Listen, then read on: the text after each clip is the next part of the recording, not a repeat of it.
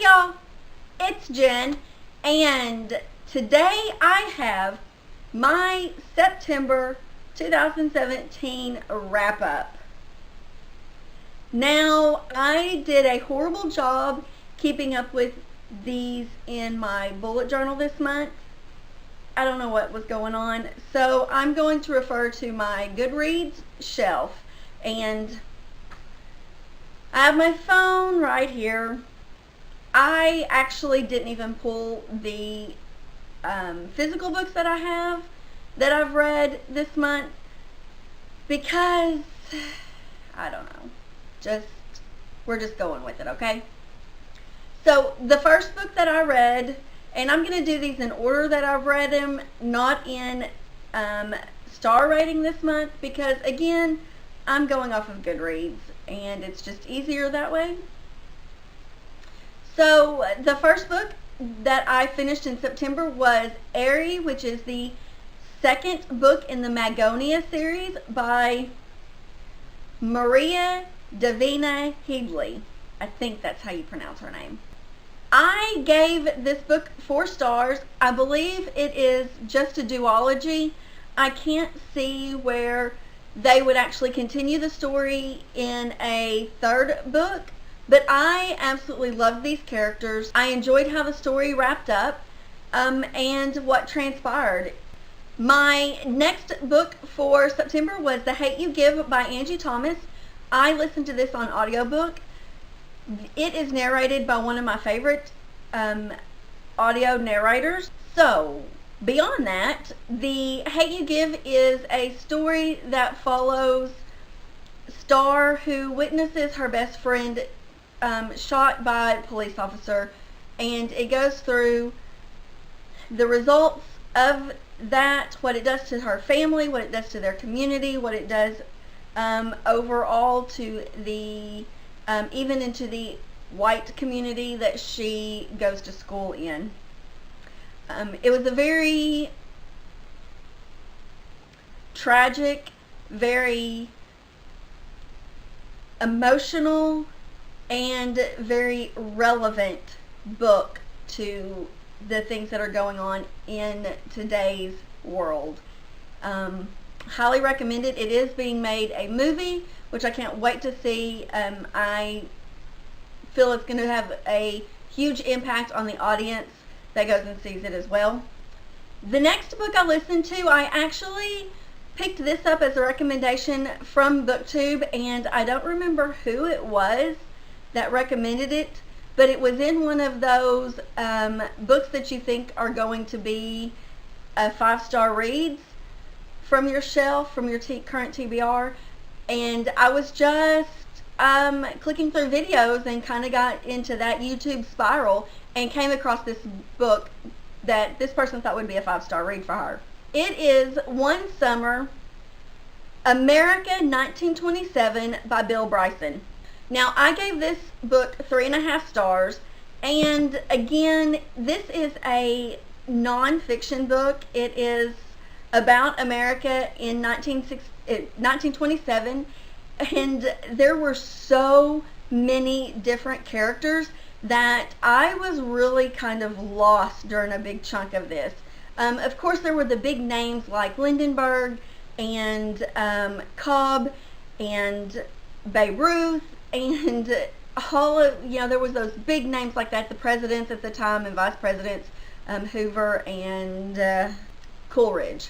And of course, this was the time that Al Capone was coming up, and Arkansas played a huge role in several of these events that I didn't realize, which I thought was pretty cool. Now, Capone, I knew he was a very famous visitor to Hot Springs, Arkansas, which at the time was kind of a big name in the 1920s because of the natural hot springs.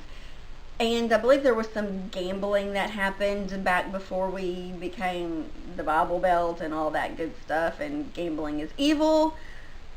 So that connection was already known to me, but Lindenberg had several stops here in Arkansas that I didn't realize made such a big impact. And there were some other things. There were several murders that happened that were a really big deal at the time. And again, I don't remember all of the names because there was just so much information packed into this book. It was 17 hours long for the audiobook.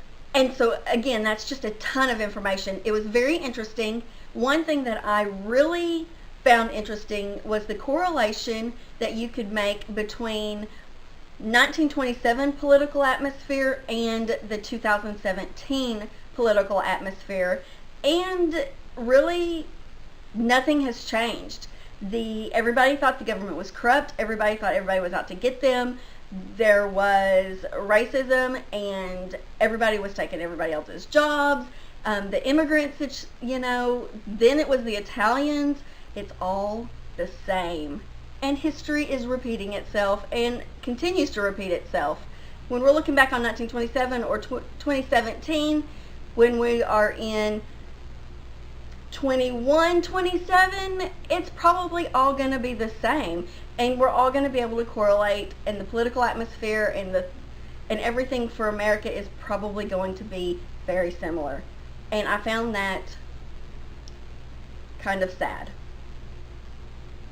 You would have thought that in almost 100 years we would have made a bigger difference and come a lot longer ways than we have. My next book is I finally finished If I Was Your Girl by Meredith Russo. And this book I gave 4 stars. It was a little slow to me in several parts. And I wish that it had wrapped up a little bit better. It had a very ambiguous ending, and I would have liked a little bit more closure. I would have liked to have known what happened in the story where it left off. This book follows a transgender teen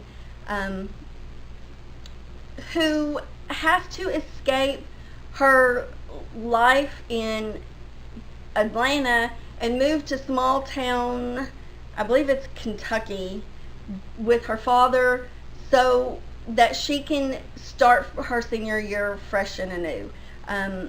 Obviously, at this point, she has already gone through her surgery and other hormonal transitions, and it was kind of the story of her starting over and what happens when her secret comes out.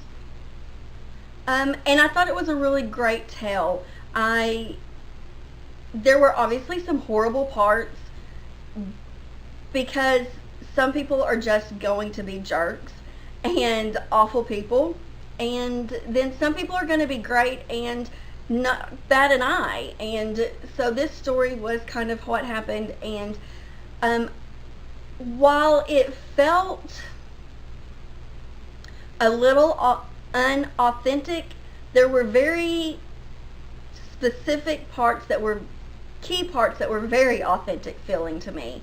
I could see this transpiring in small town USA, senior year high school. I could definitely see that happening. Probably the thing that I found the most interesting was the author's notes at the end. This is a Own Voices story, and I highly recommend that you read the author's notes at the end because it gives you a little bit more insight into this story and how it came about, and why certain aspects of the story were chosen. And that's all I'm going to say. Definitely a good book, and I do again recommend that everybody read it. My next book, I listened to this book on audio, and I really didn't know what to expect when I went into it. The book gets rave reviews throughout book 2. It is a middle grade book, and I love the author's other works, so I don't know why I was surprised by this, but I read Furthermore by Tahir Muffy, and I loved it. I gave this book 5 stars. It has a very Alice in Wonderland feel to it, and I just was very intrigued. I love the Alice in Wonderland nonsensical sense in that story and that world, and this felt very similar to it. Obviously the storyline is not the same. It's not a retelling, but it has elements that were very familiar. And I loved it. I absolutely loved it. I can't wait for the second book of this, which comes out really soon if it's not already out. But again, I gave this one 5 stars and I loved it, and it's a great middle grade book. And I just can't say enough good things about it. The audiobook was wonderful. I really enjoyed listening to this story as well. Next, I listened to Sharp Objects by Gillian Flynn, or Gillian Flynn. I don't know how you pronounce her name. Let me know in the comments below if it's a G sound or a J sound, because it could go either way. So, I am not much of a thriller type person anymore. I'm a scaredy cat. I've said that time and time again. I enjoy the stories, but they terrify me to where I can't sleep at night. And I already have a hard enough time sleeping at night, so I don't like to add any fear or nightmarish qualities to that. And so I was a little nervous listening to this book, going into it, but you know, it's getting to be October. This is the scary book time. It's that Halloween-y atmosphere, and I thought, okay, well, it's available. I need an audiobook. Let's just listen to it. And I was kind of disappointed. I knew very early on how this was going to work out. I was not surprised by anything, which in a thriller you kind of want to be surprised at the end. That's kind of the point. You want those twists and those turns. It wasn't a horrible story. It was really kind of a quick listen, so I'm assuming it would be a quick read as well. But I only gave it 3 stars. I've definitely read better thrillers than mysteries, and it just didn't do it for me. Then, carrying on my monstery theme, I listened to A Taste for Monsters by Matthew J. Kirby, and I don't know what I expected when I went into this. It was in my wish list on my audio library, whatever you want to call it, and I've decided, you know, again, it's October-y, let's go for it. I think I probably was originally drawn to it because of the Jack the Ripper storyline that it had in there. While it was an interesting take on Jack the Ripper, who is referred to as Leather Apron during this whole book, I was bored with this book. I didn't like it. I gave it 2.5 stars, and that was probably being a little generous because of the Jack the Ripper storyline. That was an interesting take, but beyond that, I found the characters to be kind of flat and the story to be convoluted, and I just didn't like it at all. Then I picked up a collection of short stories that I have right here, and that was Shoot Down the Windy Bird by Julie Xantopoulos, and I'm sorry if I mispronounced that, Julie. This is Julie from Pages of Pens. She published this before she started her BookTube channel. And going into this, everybody that has read it has given it 5 stars, and so I was a little reluctant and hesitant to read it because you never want to read and review a book by someone that you interact with. So I was hesitant because I didn't want to go into this book and not love it like everybody else does. And I am not a huge short story fan, and I'm not a huge poetry fan. I like very specific types of poetry, and again, short stories just don't usually give me enough of the story. And so I gave this book 4 stars. And again, I want to say that it doesn't have anything to do with the quality of the writing, because I thought that was phenomenal. She is an excellent storyteller.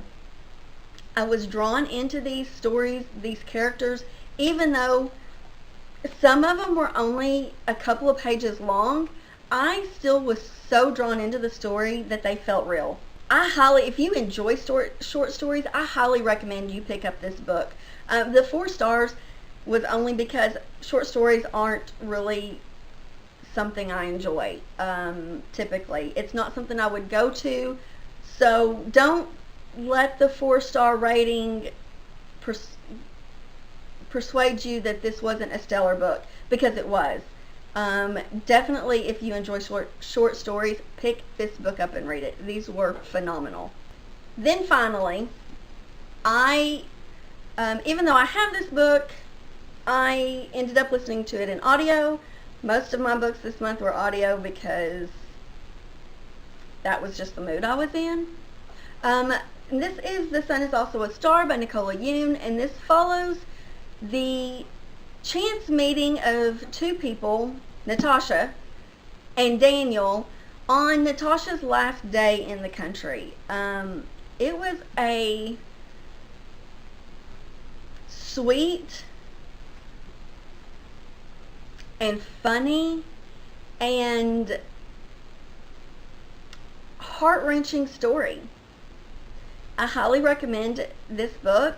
I gave it 4 stars. I loved it, and I thought the writing was really good. Now, this is the 2nd novel by Nicola Yoon, and I really enjoyed Everything as well. I think I gave that one also 4 stars. I might have given it 5 stars back then before I was critiquing my books a little better. But I highly recommend it. I think this book is an improvement on her writing in Everything, and you know, she can only get better. So definite show of improvement, and I loved this story. It is set in New York City, and you just get a really good feel for the world that they are living in, the bustle of New York, and kind of what it's like to be an immigrant. So that wraps up my September reads. As you can see, I read or listened to a lot of great books last month. So if you have read any of these books, let me know in the comments below which ones you have read, what you thought of them, if you agreed with my thoughts on them, which ones of these you plan on picking up. Let's talk. Definitely interested to hear your thoughts on these. So that does it for my wrap up. If you enjoyed this video, please give me a thumbs up, hit that subscribe button, and until next time, bye.